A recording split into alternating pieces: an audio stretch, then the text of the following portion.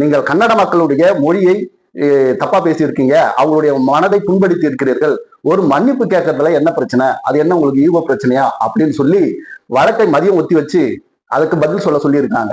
இங்கதான் கூத்தே அரங்கே இருக்கு. என்னன்னா, கமலஹாசன் அவர்கள் 2 பக்க அளவுக்கு ஒரு அறிக்கையை வெளியிடுறார். அந்த அறிக்கையை நீதிமன்றத்துல நீதிபதிகள் கிட்ட சப்மிட் பண்றாங்க. அப்ப சப்மிட் பண்ணும்போது நீதிபதிகள் அதை ஃபுல்லா படிச்சு பார்த்துட்டு மறந்து போயிடுறாங்க. என்ன விஷயம்னா, அந்த 1.5-2 பக்க அறிக்கையிலும் கூட மன்னிப்பு என்கிற வார்த்தை மிஸ்ஸிங். கமலஹாசன் அவர்கள் கிட்டத்தட்ட மகாநதி, அன்பே சிவம், விருமாண்டி அப்படிப்பட்ட பல சிறப்பான திரைப்படங்களை எடுத்து தமிழ்நாட்டுல தமிழ் மொழியில எடுக்கப்பட்ட இந்த படம் இங்கு ரிலீஸ் ஆகி அப்போ புரியாம அந்த படம் எல்லாம் ஓடவே இல்லை. Utter flop. குணா எல்லாம் ஓடவே இல்லை. இன்னைக்கு குணாவை கொண்டாடி கொண்டிருக்கிறோம். அன்பே சிவத்தை டீகோட் பண்றோம். ஒவ்வொரு விஷயமா பார்த்து அடடா, கமலஹாசன் அவர்கள் இப்படி ஒரு படத்தை எடுத்திருக்காரு, இதை நம்ம அந்த காலத்துல கொண்டாடாம விட்டுட்டோமே அப்படின்னு சொல்லி.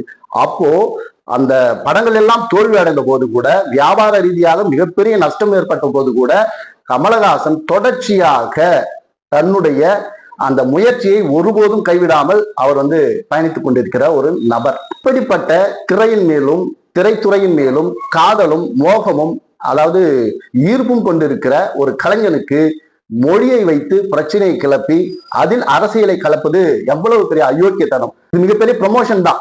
கமலஹாசன் அவர்களுடைய இந்த தக்லை படத்துக்கு இந்த பிரச்சனை மிகப்பெரிய ப்ரமோஷன் தான்.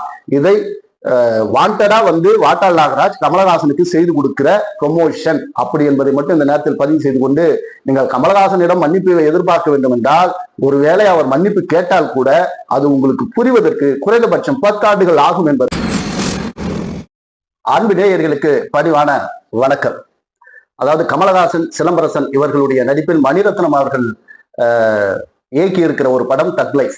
இந்த படம் ப்ரமோஷனுக்காக போகும்போது கமலஹாசன் அவர்கள் பேசிய ஒரு வார்த்தை மிகப்பெரிய சர்ச்சையாக மாறி, கன்னடாவில் இந்த தக் லைஃப் திரைப்படம் வெளியாகாது அப்படின்னு சொல்லி, அது வாட்டாள் நாகராஜ் தமிழ்நாட்டினுடைய மிகப்பெரிய எதிரி அப்படின்னு கூட சொல்லலாம். ஏன்னா இந்த வாட்டாள் நாகராஜுக்கு மிகப்பெரிய அந்த காவிரி இஷ்யூ ஆகட்டும், இந்த மொழி பிரச்சனையாகட்டும், இதை கொண்டு தமிழ்நாட்டுக்கும் கர்நாடகாவுக்கும் ஒரு பிரிவினையை எப்போதும் உண்டு பண்ணி வைப்பதில் வாட்டாள் நாகராஜ் ஒரு எப்படி சொல்றது, ஒரு தற்குறினை கூட சொல்லலாம்.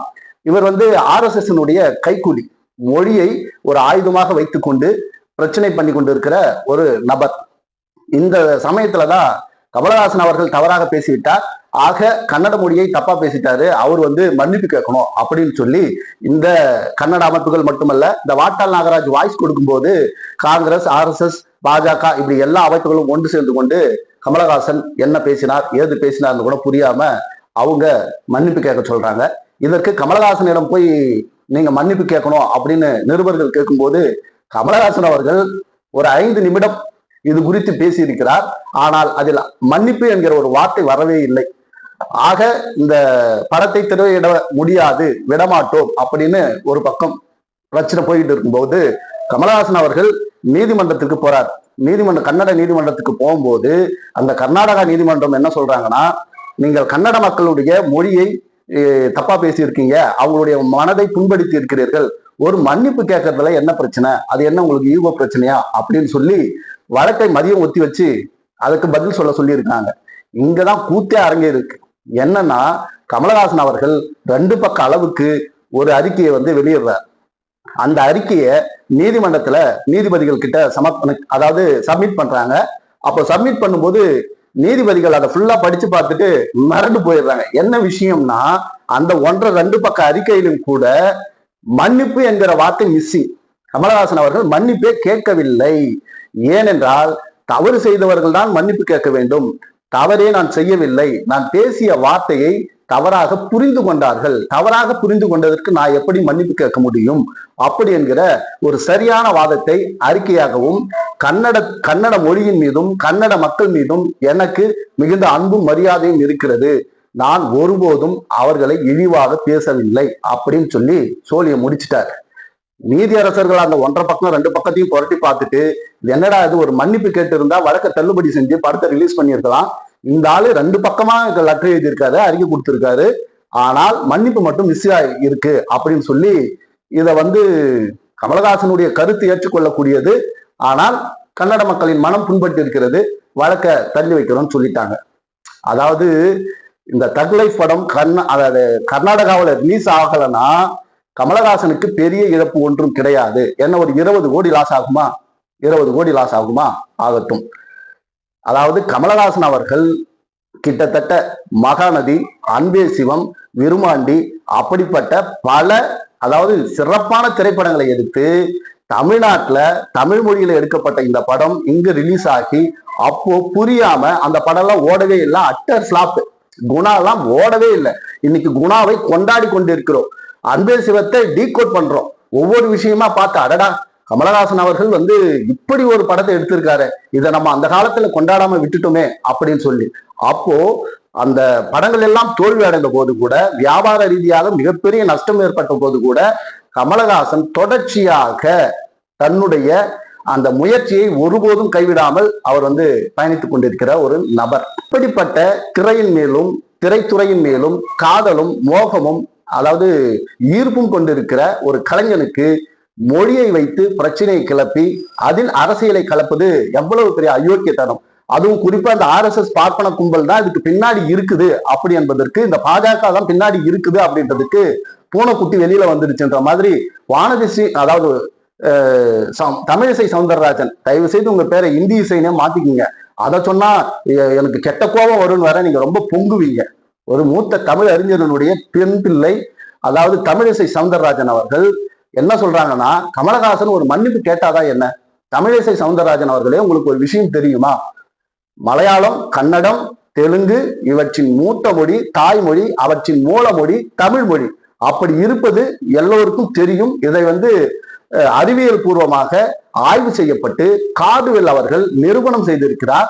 அதாவது இது ஏதோ போலியோ பொட்டுக்கதையோ கட்டுக்கதையோ அதெல்லாம் கிடையாது. உண்மையை நிதர்சனமாக உடைத்திருக்கிறார். சென்னை மாகாணமாக இருக்கும்போது கேரளா, கர்நாடகா, ஆந்திரா, தமிழ்நாடு எல்லாம் சேர்ந்ததுதான் சென்னை மாகாணமாக இருந்தது. அப்போது திரைப்படத்துறைக்கு ஒரே ஒரு தாய் வீடு என்றால் அது தமிழ்நாடு தான். இங்கதான் சிவராஜ்குமார் இருந்தாரு, இங்கதான் NTR இருந்தாரு, இங்கதான் மலையாள நடிகர்களும் இருந்தாங்க. இதே பெருந்தன்மை மலையாளத்துக்கு மட்டும் எப்படி வந்தது? மலையாளத்தில் அவங்க சொல்லும் போது எங்களுடைய தாய்மொழி மலையாளம், ஆனால் எங்களுடைய தாய்மொழிக்கு தாய்மொழி தமிழ் அப்படின்னு சொல்லி ரொம்ப பெருமையாக மார்த்தட்டி கொள்கிறார்கள் மலையாளிகள். இதுல என்ன அசிங்கம் இருக்குன்னு தெரியல. கமலஹாசன் அப்படி ஒன்றும் தவறாக எதுவும் பேசிவிடவில்லை. இங்கிருந்து பிரிந்து போனவர்கள் தான். சிவராஜ்குமார் நல்லா தமிழ் பேசுவார், அவங்க பசங்க நல்லா தமிழ் பேசுவாங்க, மகேஷ் பாபு தமிழ் பேசுவார், எல்லாம் இங்க தமிழ்நாட்டுல படிச்சவங்க, சென்னையில படிச்சவங்க. மாகாணங்கள் தனி மாநிலங்களாக பிரிக்கப்பட்ட போது அவர்களுக்கென்று ஒரு மொழி உருவாகிறது. அதனுடைய மூத்த மொழி தமிழ் மொழின்னு சொல்லிட்டாரு. என் தமிழ் மொழியில் வந்த என்னுடைய சகோதரர்கள், ரத்த உறவுகள் அப்படின்னு சொன்னார். இதுல என்ன பெரிய தவறு இருக்கு அப்படின்றதுதான் கன்னட மக்களுக்கு புரியவில்லையா, அல்லது கன்னட மக்களுக்கு புரிந்தும் இந்த வாட்டா நாகராஜ் போன்ற அரசியல் புரோக்கர்கள் இந்த விஷயத்தை கையில் எடுத்து கமலஹாசனுக்கு அழுத்தம் கொடுக்க வேண்டும் என்று நினைக்கிறார்களா? கமலஹாசன் அவ்வளவு சீக்கிரத்துல அசர்ற ஆள் கிடையாது. அதாவது அவர் பேசுறது என்னன்னு நீதி அரசர்களுக்கும் புரியல, கன்னட மக்களுக்கும் புரியல. ஆனா எங்களுக்கு புரியறதுக்கு ரொம்ப நாள் ஆகிதான் நாங்க அவருடைய படங்களை கொண்டாடுறோம். அப்படி இருக்கும்போது அவர் என்ன பேசினார்னு நீங்க தெரிஞ்சுக்க குறைஞ்சது 15 வருஷமாச்சு ஆகும். அப்படிப்பட்ட சூழ்நிலையில் கன்னட மொழியில் படம் திரையாகவில்லை என்றால் தமிழ்நாட்டுல எப்படி கன்னட தயாரிப்பாளர்கள் தயாரிக்கிற தமிழ் நடிகர்கள் நடிக்கிற படங்கள் ரிலீஸ் ஆகும்? பிரச்சனை தானே. இப்போ விஜய் அவர்கள் நடித்துக் கொண்டிருக்கிற ஜனநாயகன் படத்தினுடைய தயாரிப்பாளர் கன்னடர். அவர் தயாரிக்கிற அந்த படத்தை தமிழ்நாட்டுல ரிலீஸ் பண்ணலாம், அவருக்கு மிகப்பெரிய நஷ்டம். ஏன்னா விஜய்க்கு மார்க்கெட்டே தமிழ்நாடு தான். அப்படி இருக்கும்போது இதை திரைத்துறையில் இருக்கக்கூடியவர்கள் ரொம்ப ஆழமாக யோசிச்சு சிந்திச்சு முடிவெடுக்கணும். KGF எல்லாம் தமிழ்நாட்டுல கொண்டாடப்பட்டது கலைக்காக மட்டும்தான், மொழிக்காக அல்ல. ஒரு மொழி உணர்வோடு இருக்க வேண்டுமே தவிர மொழி வெறியோடு இருக்கக்கூடாது. இதை கற்றுக் கொடுத்ததும் தமிழ் மொழி தான். அப்படி இருக்கும் பட்சத்தில் பல அரசியல் வியாபாரிகள் நடத்துகிற இந்த நாடகத்திற்கு கமலஹாசன் ஒருபோதும் அடிபணிய மாட்டார். அவருடைய விஸ்வரூபம் படம் வரப்போ நாட்டை விட்டே வெளியில போறேன்னு சொன்னாரே தவிர நான் மன்னிப்பு கேட்பேன்னு ஒருபோதும் சொல்லவில்லை. அப்போதைய முதல்வர் ஜெயலலிதா அவர்களே கமலஹாசன் அவர்களிடம் பரிந்து போனார் அப்படின்னு தான் சொல்லலாம். ஏன்னா அப்படிப்பட்ட சம்பவங்கள் அப்போ நடந்தது. கமலஹாசன் எதற்கும் அசைந்து கொடுக்காதவர். இந்த விஷயத்தில் நிச்சயமா அவர் மன்னிப்பு கேட்க மாட்டார். ஒருவேளை அவர் கேட்டா கூட அது உங்களுக்கு புரியறதுக்கு பல வருஷம் ஆகும். அப்படி இருக்கும்போது இந்த தக் லைஃப் படத்தை கமலஹாசனுடைய இந்த படத்தை கன்னடத்தில் ரிலீஸ் பண்ணலைன்னா சரி, நெட்ஃபிளிக்ஸ், அமேசான் பிரைம்ல ரிலீஸ் ஆகும்போது வாட்டாள் நாகராஜ் ஒவ்வொரு வீடா போய் என்ன எல்லா போனையும் புடுங்கி வச்சுப்பாரா? எல்லார் வீட்டு டிஸ்கனெக்ஷன் புடுங்கி வச்சுப்பாரா? வாட்டாள் நாகராஜ் என்ன பெரிய புடுங்கியா அப்படிங்கிற ஒரு கேள்விதான் வருது. அதாவது ஒரு ஸ்டேட்டுக்கு ஒரு நாதாரி இப்படி இருக்குதான் செய்யறாங்க. மன்னிப்பும் கிடையாது, ஒரு மயிரும் கிடையாது. தமிழன் என்றைக்கும் அடிமணிய மாட்டான், பாசத்திற்கும் பண்புக்கு மட்டும்தான் கட்டுப்பட்டவன் அப்படி என்பதை பலமுறை உணர்த்தியும் திருந்தாமல் இன்னும் கன்னட வெறியோடு இந்த வாட்டாள் நாகராஜ் போன்றவர்கள் தூண்டி விடுகிற தூண்டுதலுக்கு கன்னட மக்கள் ஒருபோதும் பலியாக கூடாது அப்படி என்பதை இந்த நேரத்தில் பதிவு செய்து கொண்டு, கமலஹாசன் அவர்கள் மீது சில விமர்சனங்கள் சில இருந்தாலும் இந்த விஷயத்தில் கமலஹாசன் அவர்கள் செய்திருக்கிற அந்த செயல் ரொம்ப நியாயமானது, நேர்மையானது. அதாவது அவர் ஒன்றும் தப்பா பேசலையே. தப்பா பேசி இருந்தால் அவர் மன்னிப்பு கேட்கலாம். ஒருவேளை ரஜினி மாதிரி இருந்தா வியாபார ரீதியாக தொழில் ரீதியாக பாதிக்கப்படும், மன்னிப்பு தானே கேட்டு போலான்னு அசால்ட்டா கேட்கிறவர் தான் ரஜினிகாந்த் அவர்கள். ஆனால் இந்த விஷயத்தில் கமலஹாசன் அவர்கள் மன்னிப்பு கேட்க வேண்டியதுதான். தப்பு செஞ்சிருந்தா மன்னிப்பு கேட்கலாம், செய்யாத தப்புக்கு மன்னிப்பு கேட்க வேண்டிய அவசியம் கமலஹாசனுக்கும் கிடையாது. அதை கேட்க சொல்ல வேண்டிய அதிகாரம் கன்னட வெறியர்களுக்கும் கிடையாது. நான் கன்னட மக்களை, அங்கு இருக்கிற மக்களை ஒட்டுமொத்தமாக சொல்லவில்லை. மொழியை வைத்து அதில் வெறியை ஊட்டி பிழைப்பு நடத்துகிற வாட்டாள் நாகராஜ் போகின்ற இந்த வெறி பிடித்தவர்களை தான் நம்ம விமர்சனம் பண்றோம்.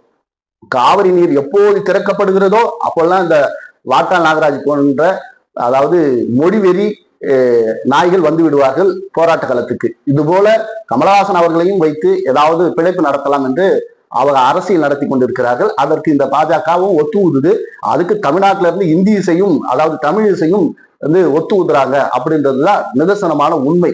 ஆக தமிழர்கள் எப்போதும் தமிழரின் பக்கம் நிற்பார்கள். அதற்கு தக்லை படம் தமிழ்நாட்டில் ரிலீஸ் ஆகி மிகப்பெரிய வெற்றியையும் பெறும். ஏன்னா சும்மா இருந்ததை நீங்க சீண்டி விட்டுட்டீங்க. அங்க என்ன ஒரு 20 கோடி லாஸ் ஆகுமா? அந்த 20 கோடியை தமிழக மக்கள் நாங்களே கொடுத்துடுவோம் படமா பார்த்து அப்படி என்பதையும் மக்கள் இன்னொரும் இது மிகப்பெரிய ப்ரொமோஷன் தான். கமலஹாசன் அவர்களுடைய இந்த தக்லை படத்துக்கு இந்த பிரச்சனை மிகப்பெரிய ப்ரொமோஷன் தான். இதை வாண்டடா வந்து வாட்டாள் நாகராஜ் கமலஹாசனுக்கு செய்து கொடுக்கிற ப்ரொமோஷன் அப்படி என்பதை மட்டும் இந்த நேரத்தில் பதிவு செய்து கொண்டு, நீங்கள் கமலஹாசனிடம் மன்னிப்பை எதிர்பார்க்க வேண்டும் என்றால் ஒருவேளை அவர் மன்னிப்பு கேட்டால் கூட அது உங்களுக்கு புரிவதற்கு குறைந்தபட்சம் 10 ஆண்டுகள் ஆகும் என்பதை இந்த நேரத்தில் பதிவு செய்து கொண்டு உங்களிடமிருந்து விடைபெறுகிறேன். அதாவது மொழி உணர்வை காப்போம், மொழி வெறியை எதிர்ப்போம் என்று கூறி விடைபெறுகிறேன். நான் உங்கள் கிருஷ்ணா. நன்றி, வணக்கம்.